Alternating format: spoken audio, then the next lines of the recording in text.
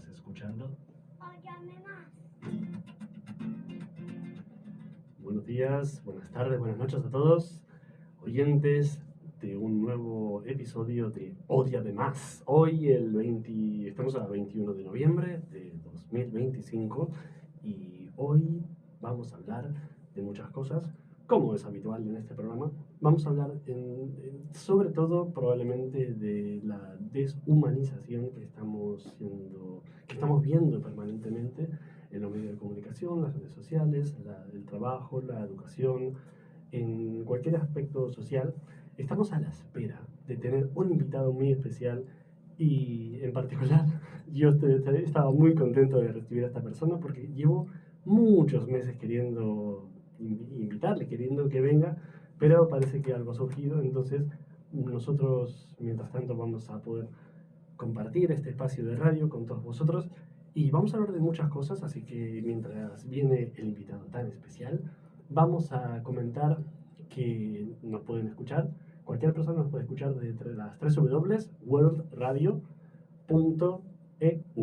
Bien, las vías de contacto son odiamemasradio@gmail.com. Nos podéis escuchar cada viernes de 6 de la tarde a 8 de la noche, horario de Praga, y la repetición la tenemos de 8 a 10 de la noche cada martes. Cada viernes va en directo y cada martes vamos en la repetición. Viernes directo y el martes vamos a repetir un programa. Así que comenzamos en otro programa más de Óyeme Más.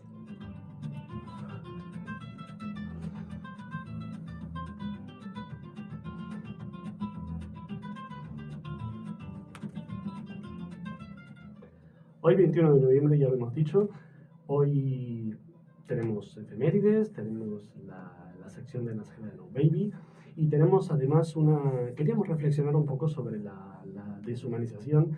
Casualmente en el día de ayer, 20 de noviembre, se cumple el fallecimiento del dictador Francisco Franco, que en España ha básicamente destrozado sobre todo la clase trabajadora, pero en realidad ha destrozado la humanidad entera por aquellos lares. Y es curioso, queríamos hacer una reflexión al respecto también, por lo menos lo que me compete, yo quería reflexionar porque todo el mundo sabe que está muerto, pero sin embargo sus ideas no han muerto.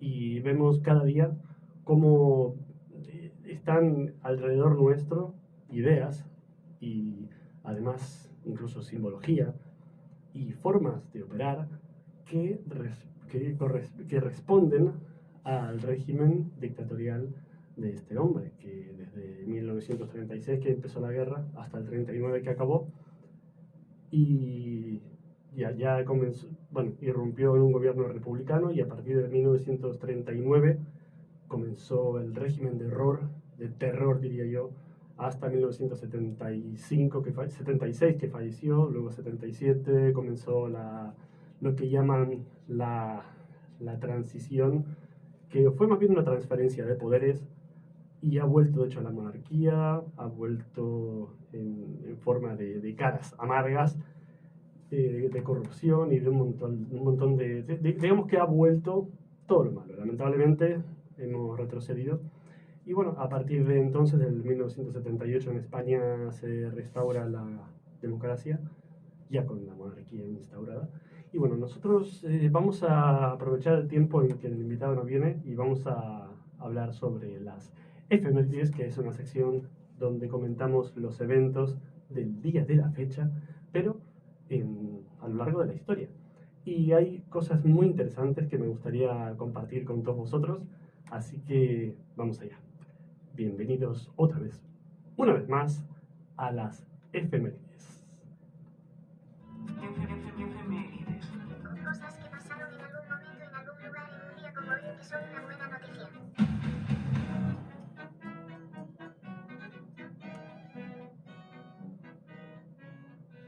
Me parece patético. ¿Sabes que estás escuchando? Ódiame Más.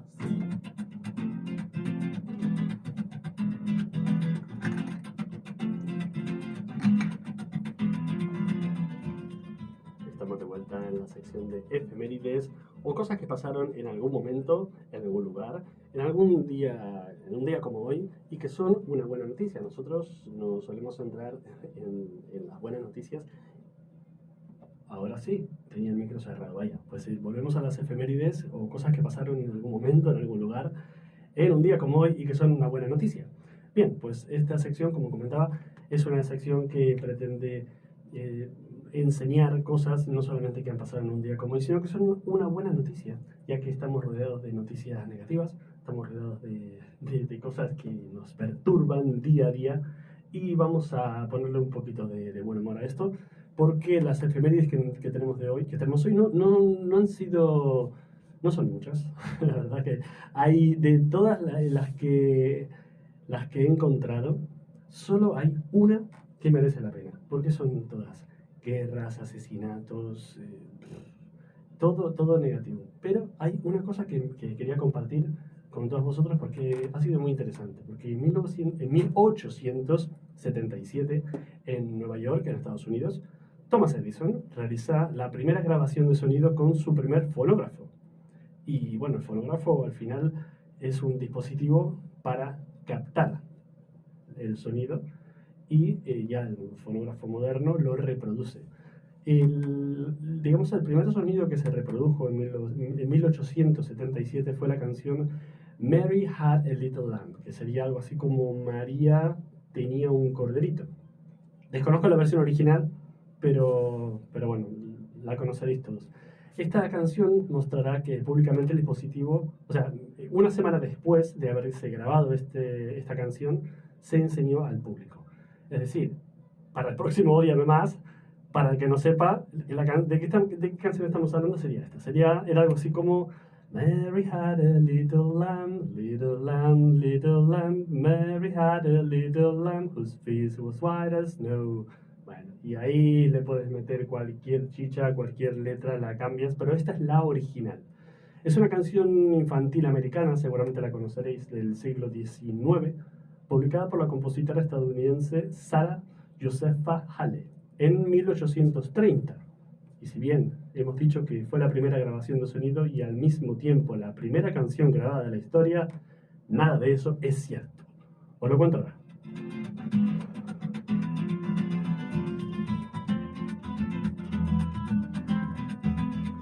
Y he dicho que no es cierto, porque os voy a contar lo siguiente. Resulta que hay matices.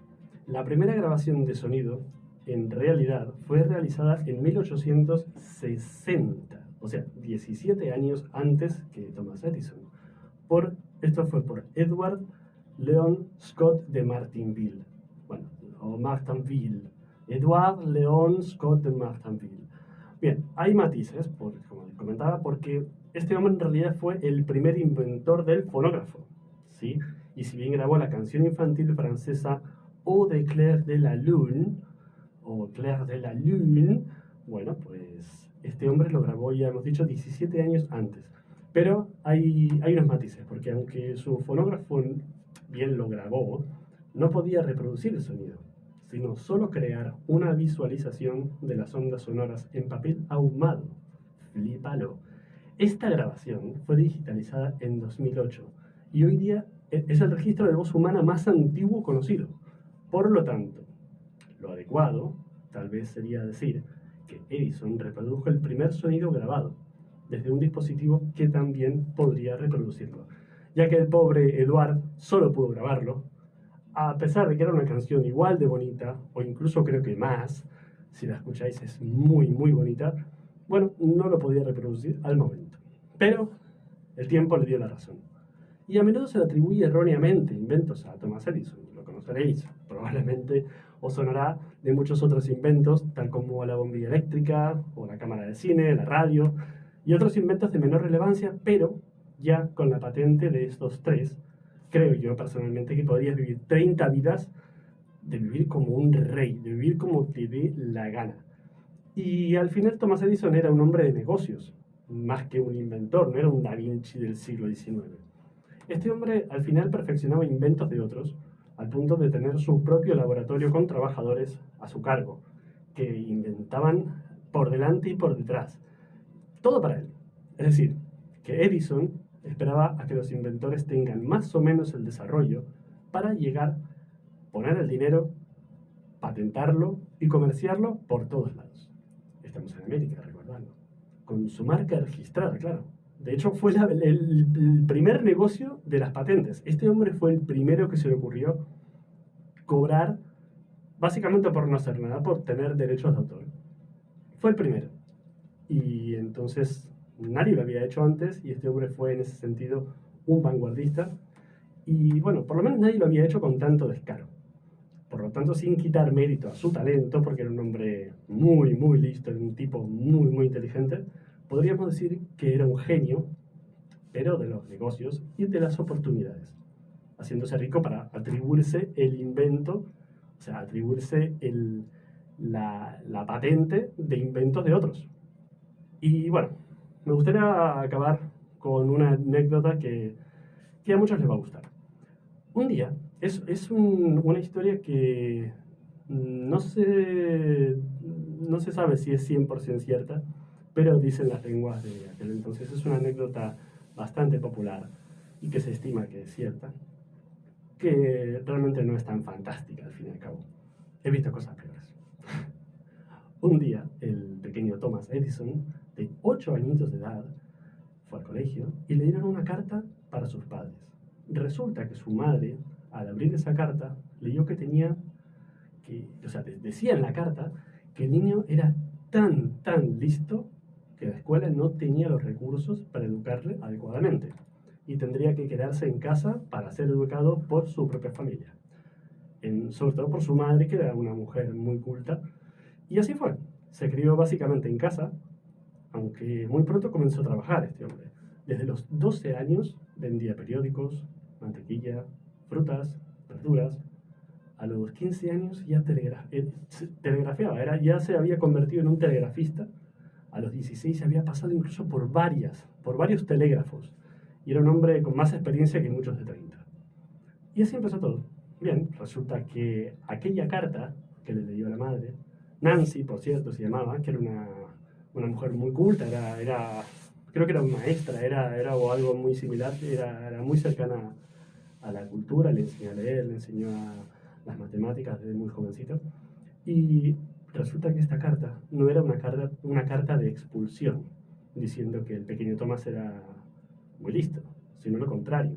Decía que el pequeño Thomas era medio inútil, era calificado como alumno textualmente estéril e improductivo.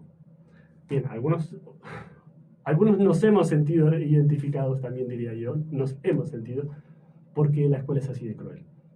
Entendamos que la escuela marginaba a todos los que no seguían su patrón, como sigue haciéndolo hoy día, ya que así, como Thomas Edison tenía una especie de fábrica de patentes, la escuela ha sido siempre una especie, yo lo he visto así por lo menos, una especie de fábrica de profesionales. Nunca ha sido una fábrica de intelectuales o de librepensadores. Así que recordad, si a un niño le va mal en el cole, no significa absolutamente nada. No tiene la menor importancia. De hecho, la historia está llena de casos parecidos. Casos de niños que tenían gravísimos problemas escolares. Einstein, me acuerdo ahora, por ejemplo. Hay muchos. Y acabaron siendo genios. No digo que todos acaben siendo genios porque no es así. Pero eran genios o al menos les ha ido muchísimo mejor en la vida que a la media. Es decir, a todos nosotros. Que inevitablemente, por propia estadística, formamos parte de la mediocridad. Y no lo digo en el sentido peyorativo, a ver si me entendéis, sino que la norma es la mediocridad. Y pensar que todos somos especiales está bien, porque cada uno tiene su magia, su pequeño talento escondido a punto de ser descubierto y la posibilidad de realizar muchísimas cosas que ni podemos imaginar. Pero, normalmente, somos estigmatizados desde muy pequeños por no alcanzar las expectativas que se tienen de nosotros. Y hablo desde las propias instituciones incluso. Pero pensar que somos especiales, en el sentido de ser mejor que el resto, es la peor configuración mental que nos han metido los libros de autoayuda, que han sido muchos y han hecho muchísimo daño. Eso solo nos lleva a la competencia, al egoísmo, a la avaricia, a la soberbia, al narcisismo y todas las todas las basuras que andan dando vueltas por ahí. Por lo tanto, llamo a todo el mundo a relajarse, a vivir la vida que nos toca vivir, aceptando las diferencias y adaptar la realidad a cada persona, porque no somos máquinas. Así que, si tú que estás al otro lado, si estás teniendo problemas importantes, problemas que se supone generados porque eres inferior a los demás y no llegas a la media, en el trabajo, en los estudios, en tu grupo social, o lo que fuera, donde exista gente a tu alrededor, que la gente suele ser el problema en realidad, pues, bueno, pues no significa nada, nada más que aún no has encontrado tu espacio, un espacio que funcione con tu mismo código mental y un lugar donde estés a gusto y te desarrolles intelectualmente, personalmente y emocionalmente. Así que en lugar de llorar, quejarte o culparte, tienes que buscar y buscar, probar y experimentarlo todo hasta encontrar un lugar y el camino donde te encuentres cómodo y te sientas valorado. Mientras tanto, que le jodan a todos. Y este espacio, precisamente, la Web Radio, nos da la oportunidad de poder unir la cultura hispanoamericana con la checa, y mucha gente se siente identificada, se siente refugiada por estas pequeñas alas tecnológicas que ofrece la radio, que ofrece la tecnología, y es un punto que nosotros queremos que sea un punto en común entre ambas culturas, y que no solamente entre ambas culturas, sino incluso entre la cultura hispanoamericana.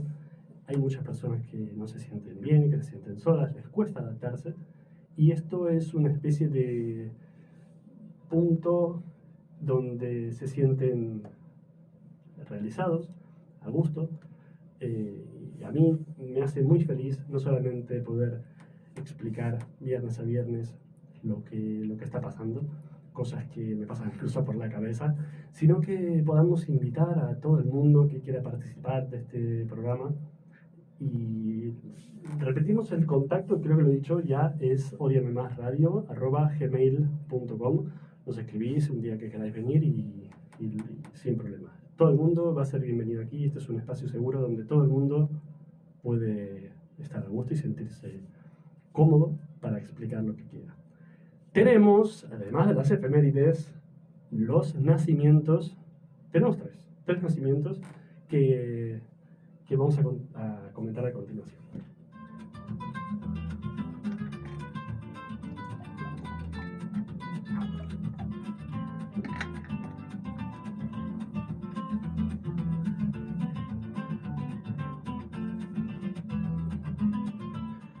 Bueno, tenemos las efemérides, pero además, no sé si lo sabréis, digamos, celebramos el nacimiento de las personas que nos caen bien.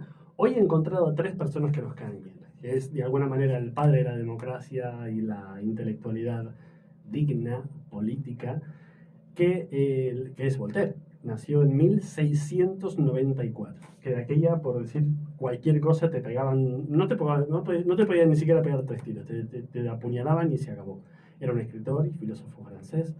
Luego tenemos el segundo ejemplo, que es Julio Anguita, el gran Julio Anguita, que nació en 1941. Este hombre ha sido un político español y algún día me gustaría tener un espacio para hablar sobre él porque ha sido muy grande. Personalmente a mí me ha resultado una persona que, bueno, ha sido una especie de faro, una especie de luz donde poder reflejarme y poder tomar como guía. La política está llena de espacios de violencia, está llena de espacios de hipocresías, llena de ruido. Hay mucha gente que realmente está ahí y no se sabe muy bien por qué. Lleva ahí toda la vida sin avanzar mucho. Sin embargo, este hombre creía, creo que es el único político, y hay algunos políticos que sí me caen muy bien, no muchos, pero los ha habido. Pero este es el único al que yo considero un ejemplo a seguir. Este hombre ha sido maestro, se ha dedicado siempre a la educación, y después de ejercer la política, después de un tiempo, ha vuelto a su profesión de toda la vida, ha vuelto a su pueblo donde ha vivido también con su gente, ha vivido una vida muy sencilla, y él tenía amor por la educación, amor por la, digamos, converger en un espacio de cultura y donde la didáctica, porque era un hombre muy didáctico, muy práctico, pero a la vez era un hombre que contaba historias, tenía un talento especial para contar historias, pero sobre todo para hacer simple las cosas más complejas, que en la política siempre lo han disfrazado de complejidad, cuando en realidad es mucho más sencillo de lo que parece. Entonces Julio Anguita también le vamos a cantar el feliz cumpleaños. Y por último la músico, cantante Björk, cantante, compositora, actriz incluso de Islandia y de la banda The Sugar Cubes. Esta mujer nació en 1965 y además de tener el lugar que le corresponde de una mujer compositora, intérprete, que canta, toca, hace de todo, ha tenido un papel importante en la reivindicación de la mujer, pero no solo de la mujer, sino de las personas en general. Ah, yo invito a que la gente oiga sus entrevistas y si puede leer, ya igual pido mucho, pero su biografía o por lo menos que ahonde en la mentalidad de esta mujer porque tiene un código diferente. Yo invito a todo el mundo que la pueda ver porque es una persona muy especial. Así que vamos a cantarle el feliz cumpleaños a Voltaire, a Julio Anguita y a Björk. Y ahí empezamos. Desde Odiame Más te queremos desear un feliz cumpleaños y buen sexo anal. ¡Bravo! Perfecto. Björk, Julio Anguita. A Voltaire también, que también se lo merece. Cada uno a su manera, cada uno en su estilo, ha promovido la cultura, la defensa de la dignidad y además el entretenimiento, ¿por qué no? Porque cada uno a su manera nos ha hecho la vida un poquito mejor. Y para eso precisamente también vamos con un tango de Carlitos Gardel que se llama Mano a Mano. Yo espero que lo disfrutéis. Un besazo, venimos ahora. Está pidiendo son drogas. Se puede decir más alto, pero no más claro. Naturalmente. Amiga, eres un pecador de la hostia. Yo me libré del fin del mundo corriendo. Este se ha cagado. ¡Cállate, cara de ladilla! Como no tengo nada que perder. Ahí lo tenés al pelotudo. Están los niños. Mejor, así se entera. Mascherano, baby.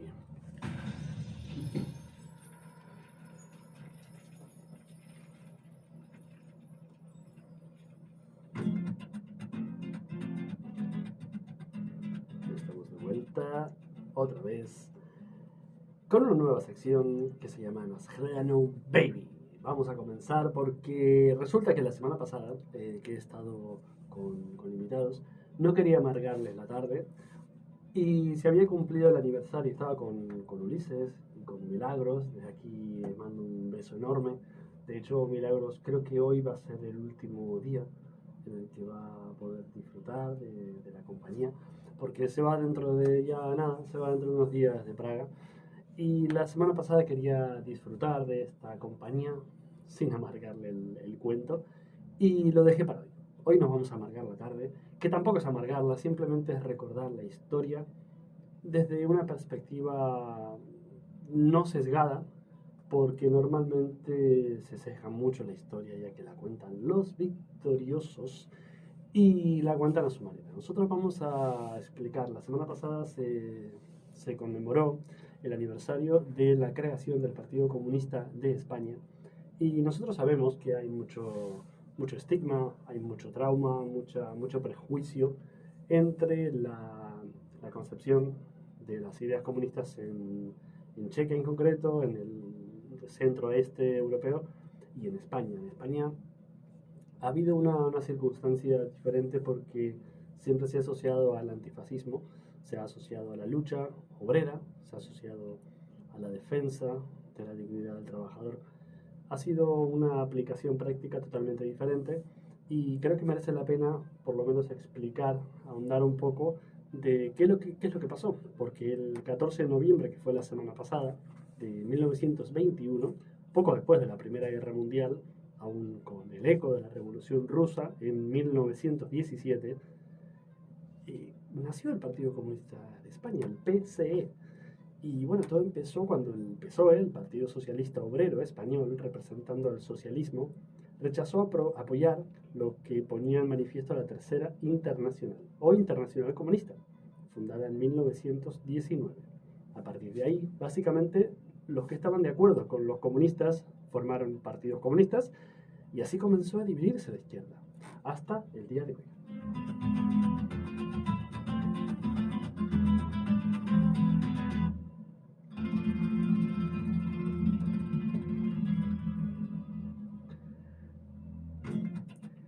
El PSE ha tenido mucha influencia en el siglo XX, desde los sindicatos, durante el periodo republicano, en la Guerra Civil, que por cierto irrumpió la República Española, que finalizó con Franco al poder en una dictadura sanguinaria, y la vuelta de la monarquía hasta la actualidad, como comentábamos al principio, ya que casualmente se conmemora el fallecimiento del dictador Franco. Por lo tanto, también tuvo muchísima influencia del Partido Comunista en la resistencia antifranquista y finalmente luego en la transición democrática de 1978, hoy día con menor influencia en las coaliciones de izquierda contemporánea. ¿Y qué era la Tercera Internacional? Pues una organización internacional fundada en Moscú en 1919 por iniciativa de Lenin y los bolcheviques. Su misión era unir a todos los partidos comunistas del mundo bajo la idea de empoderar al proletariado. Con el estallido de la Guerra Civil Española, desde 1936 hasta 1939, el PSE, o Partido Comunista de España, se convirtió en una pieza clave del bando republicano, defendiendo el gobierno republicano. Formaron milicias, órganos de defensa y administración en zonas leales a la República. Todo esto gracias al apoyo material y político de la Unión Soviética, ya que aumentaron su influencia. De lo contrario, no creo que hayan podido sobrevivir.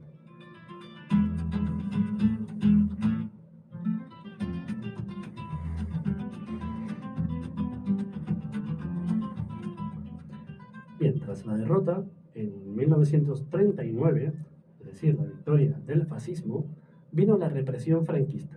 Como os imaginaréis, la dictadura fusiló y encarceló a todo aquel que no estaba de acuerdo con las ideas intolerantes del franquismo.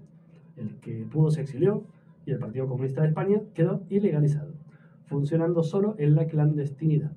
Los exiliados trabajaron en gran medida desde Francia y México. En los años 60-70, el Partido Comunista de España se desmarca parcialmente del modelo soviético. Desarrolla la corriente conocida como eurocomunismo, que defendía la autonomía respecto a Moscú y una adaptación de las democracias occidentales, mucho más pluralistas.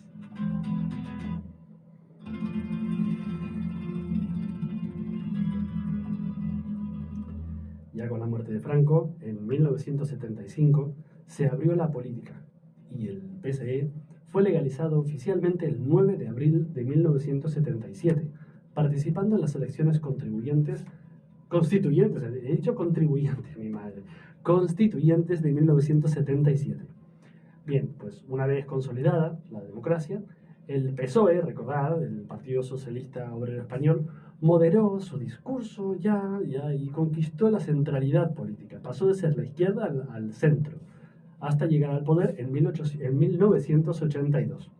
El PSE ahí comenzó a debilitarse y se vio obligado a hacer coaliciones de todo tipo, de aquí y de allá, con tal de no desaparecer. En ocasiones, coaliciones muy locas. Y bueno, y para ello, en 1986, se configura la coalición Izquierda Unida. Que bueno, al final el PSE era el jugador capitán que atraía la mayoría del electorado de izquierdas, de verdad, de izquierda pura, con las demás agrupaciones políticas que eran más minoritarias ya. Y bueno, si la cosa ya venía mal, la caída del bloque soviético y la crisis internacional de los partidos comunistas trajo la peste. Lo poco que el Partido Comunista de España pudo conservar, donde tocaban poder de verdad, podemos decir, fue en los sindicatos y en los movimientos sociales. Y no quedó otra que volver a empezar casi de cero, desde el trabajo municipal y cultural, con presencia intelectual, sindical, y así la representación al final parlamentaria, digamos, mediante coaliciones, fue yendo entre Izquierda Unida, Podemos, Sumar, en fin, ya no se entiende nada. Y no es una buena época para las ideas que defienden el empoderamiento de la clase proletaria, el derecho de la dignidad laboral y en general la defensa de la identidad individual, sea quien fueres. Pero ahora lamentablemente se enfoca de una manera diferente y con una mentalidad intolerante en alza, donde las redes sociales incrementan más la emoción vestida de rabia y de culpar a los pobres que de reflexión y de unir a los trabajadores.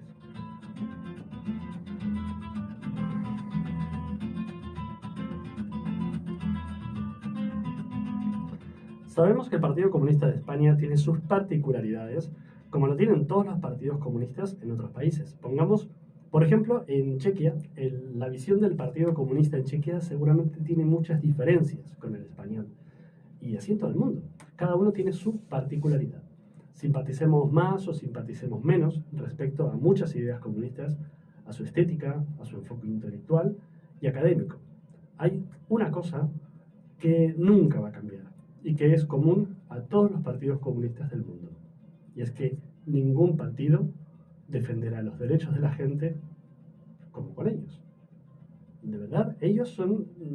Nadie va a defenderlos más, a defendernos más que ellos. Porque la voz de los humildes y el derecho a la dignidad, al final la defienden ellos como nadie, aferrándose a la defensa de los derechos fundamentales como la educación, el trabajo, la salud, las pensiones, la vivienda y el derecho en general a vivir en paz. El derecho a vivir en paz, además de proteger la naturaleza y a toda la fauna que en ella habita. Entonces, con lo cual, y ya voy acabando con esto, tanto estigma contra los comunistas puedo entenderlo solo si se ve la historia como una visión distorsionada de la historia, con esa distorsión que provoca el relato contado desde la victoria y victoria de las patadas, como fue en el caso de España. O bien que de verdad se esté en contra de la defensa de la vida digna de la gente común, de la salud, de la educación, de lo que comentábamos, para todo el mundo. Es decir, que se tenga una mentalidad maquiavélica y jodidamente egoísta y onanista, que solo ve su propio bolsillo, porque en el sistema en que vivimos, el capitalismo, está demostrado que la riqueza de unos es la miseria de otros. Por lo tanto, que exista un grupo de personas que, aun siendo pudientes, quieran ser más y más ricas, sin pensar en los más débiles, implica que mucha gente morirá por nuestra avaricia. Y de hecho la avaricia, a largo plazo, nos matará a todos. La lucha de verdad, la lucha de fondo, no está en salvarnos nosotros, sino en que todo el mundo tenga acceso a una vida digna. De lo contrario, nos obliga a luchar por una barra de pan para el resto de nuestras vidas. Y uno de estos días la cosa puede salir mal para cualquiera. Nadie está exento de que la cosa salga mal y que tengamos que ahorrar al punto de recortar y recortar en comida sana, que es lo que precisamente pasa siempre en las clases menos pudientes, las clases que luchan por un cachito de pan. Nosotros vamos a homenajear a toda la clase obrera después de haber ahondado un poco en la historia y qué es lo que realmente ha sido el Partido Comunista de España, homenajeando al aniversario que ha tenido. Vamos a disfrutar con todos nosotros una canción de Manu Chao, que seguramente la conoceréis, que viene muy a cuento de esto y que se llama Clandestino. Lamentablemente, hoy día ser clandestino es cada vez más fácil. Vamos allá.